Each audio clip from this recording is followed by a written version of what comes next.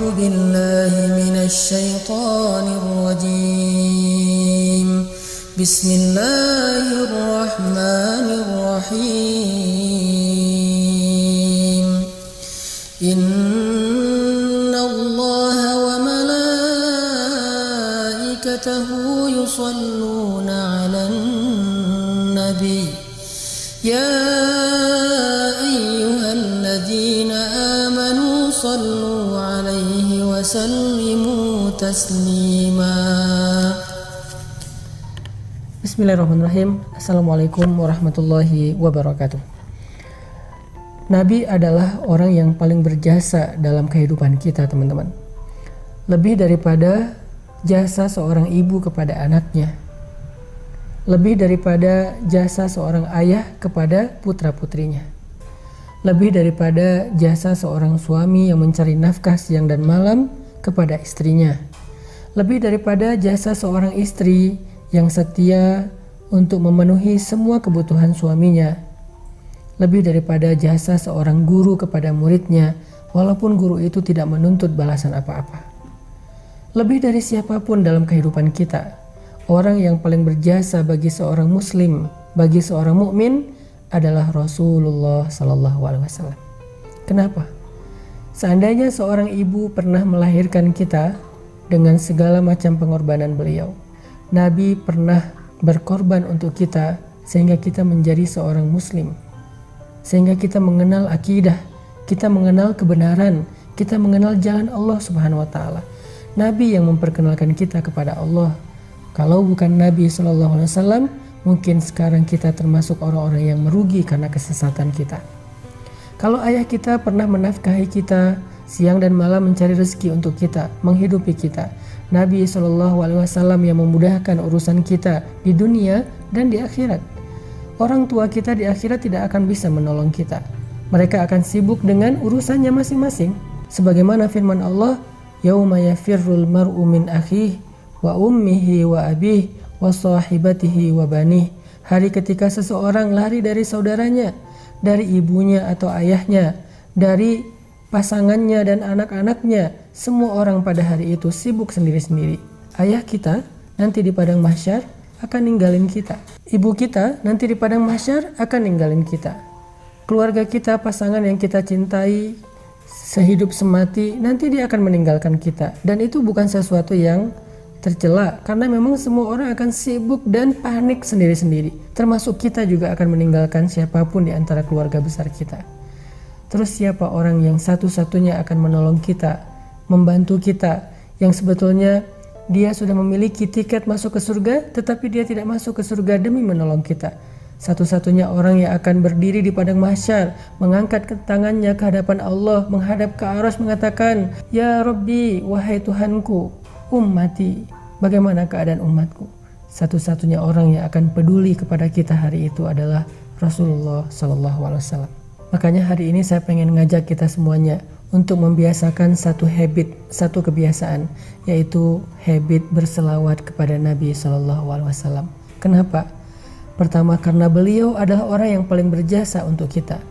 Kedua, hanya dengan berselawat kepada Nabi, kelak di akhirat, kita termasuk orang yang akan mendapatkan syafaat atau pertolongan Nabi.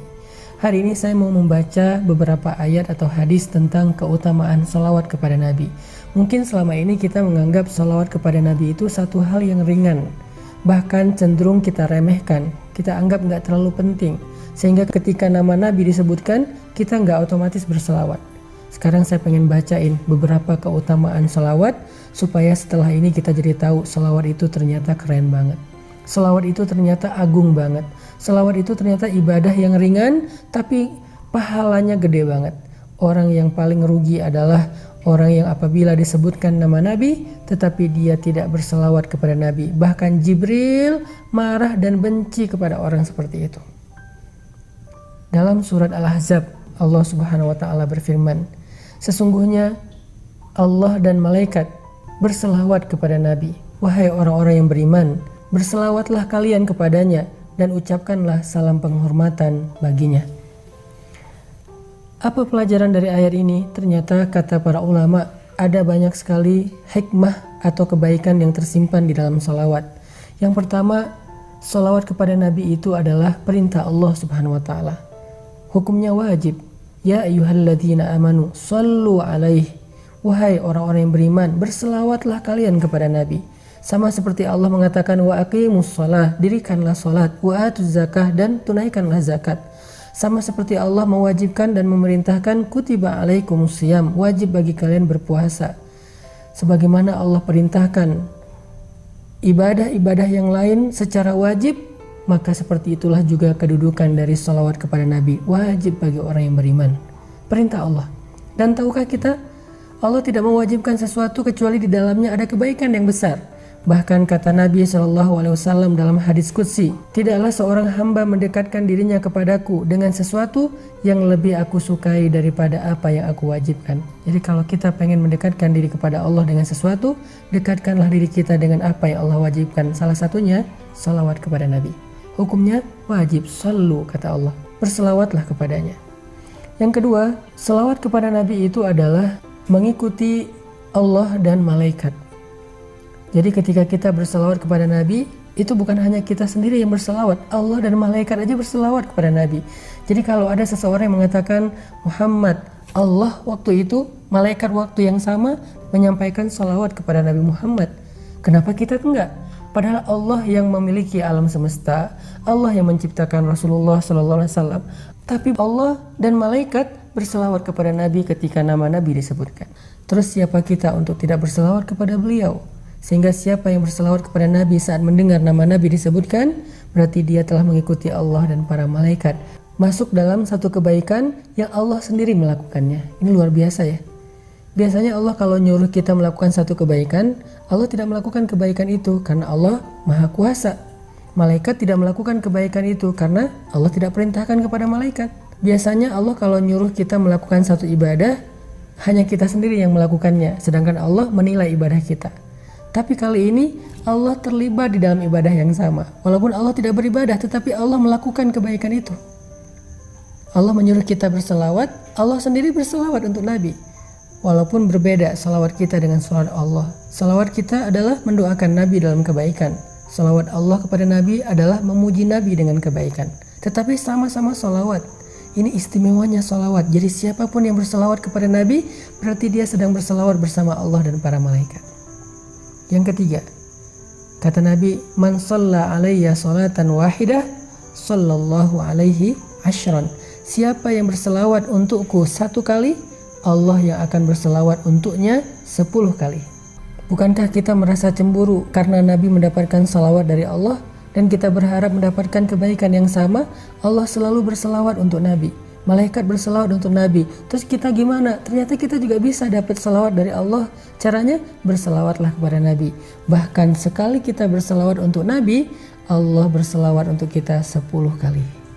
Apa arti Allah berselawat untuk kita? Allah memuji kita di arasy-Nya. Allah memuji kita di surganya. Allah memuji kita di hadapan malaikat-malaikatnya. Sehingga dengan kita rajin berselawat untuk Nabi, kita jadi selebgram di langit. Dikenal oleh banyak penduduk langit karena sering dipuji-puji, dimention sama Allah Subhanahu wa taala.